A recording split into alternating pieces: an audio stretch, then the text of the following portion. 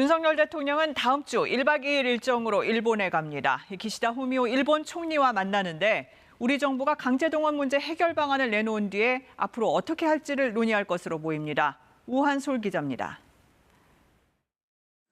윤석열 대통령이 일본 정부의 초청으로 16일부터 이틀 동안 일본을 방문합니다. 정부가 강제동원 해법을 발표한 지 열흘 만에 양국 정상이 마주하는 겁니다.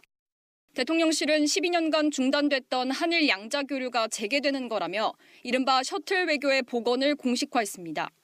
한일 정상이 해마다 양국을 오가며 만났던 셔틀 외교는 한일 협력의 상징이었지만 지난 2011년 이후 중단됐습니다.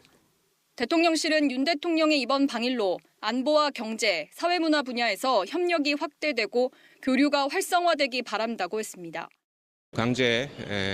징용 해법 발표가 되었고 그걸 계기로 해서 한일 관계를 본격적으로 또 포괄적으로 개선할 수 있는 그런 어떤 중요한 계기가 될 것으로 생각을 하고요. 한일 정상회담의 우선 의제는 강제동원 해법 후속 조치가 될 전망입니다. 일본의 수출 규제 조치 해제와 한일 군사정보 보호협정 실질적 재가동 등 정부 차원의 논의가 이루어질 것으로 보입니다.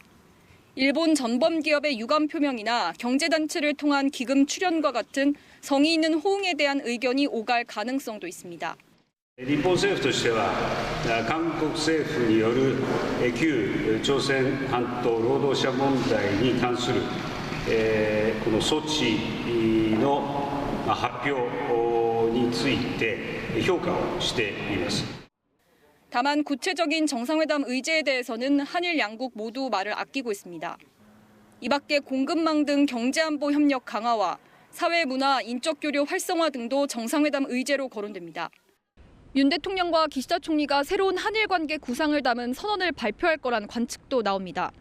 윤 대통령은 이번 한일 정상회담과 다음 달 한미 정상회담을 통해 한미일 3국 협력 강화의 속도를 낼 계획입니다.